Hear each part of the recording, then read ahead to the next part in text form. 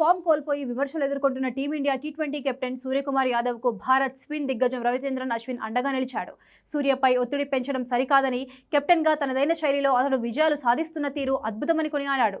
కాగా Asia cup 2025 T20 టోర్నీలో team India అజేయంగా final చేరినప్పటికీ sky మాత్రం నిరాశపరుస్తున్నాడు.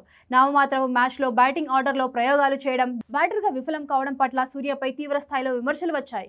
గత కొంతకాలంగా సూర్య బ్యాటింగ్పై వైఫల్యాలు కొనసాగుతున్నాయి. గత 9 ఇన్నింగ్స్లో సూర్య 12.41 సగటు, 112.98 స్ట్రైక్ రేట్తో కేవలం 87 పరుగులు మాత్రమే చేయగలిగాడు. దీంతో సూర్యకుమార్ బ్యాటింగ్ వైఫల్యంపై మరోసారి చర్చ జరుగుతుండగా అశ్విన్ స్పందించాడు. సూర్యకుమార్ సగటు పడిపోయిందని కొందరు విమర్శిస్తున్నారని, ఇది సరికాదన్నాడు.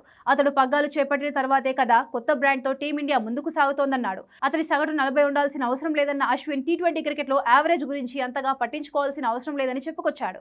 కెప్టెన్గా సూర్య హై రిస్క్ మ్యాచ్లు ఆడుతున్నాడని, అతడి నైపుణ్యాలు అద్భుతమని ప్రశంసించాడు. గతంలో రోహిత్ శర్మ కూడా ఇలాగే చేశాడని, తన వికెట్ కంటే కూడా దూకుడుగా ఆడడంపై దృష్టి పెట్టాడని గుర్తు చేశాడు. ఇప్పుడు సూర్య అదే అనుసరిస్తున్నాడన్న అశ్విన్ వన్ డౌన్కే పరిమితం కాకుండా బ్యాటింగ్ ఆర్డర్లో వేర్వేరు స్థానాల్లో వస్తున్నాడని తెలిపాడు.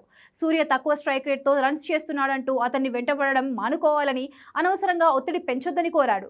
టీ20 క్రికెట్లో బ్యాటర్ సగటు కంటే అతడి ఇన్నింగ్స్ ఎంత మేరకు ప్రభావం చూపుతుందనేది ముఖ్యమని అశ్విన్ అభిప్రాయపడ్డాడు. కాగా ఆసియా కప్ 2025లో సూర్య ఇప్పటికీ 5 ఇన్నింగ్స్ ఆడి 71 పరుగులే చేశాడు. లీగ్ దశలో పాక్తో మ్యాచ్లో 37 బంతుల్లో 47 పరుగులు చేయడమే ఈ టోర్నీలో అతని బెస్ట్గా నిలిచింది. అటు వ్యక్తిగత ఫామ్ను అందుకోవడంపై సూర్యకుమార్ కూడా ఫోకస్ పెట్టాడు.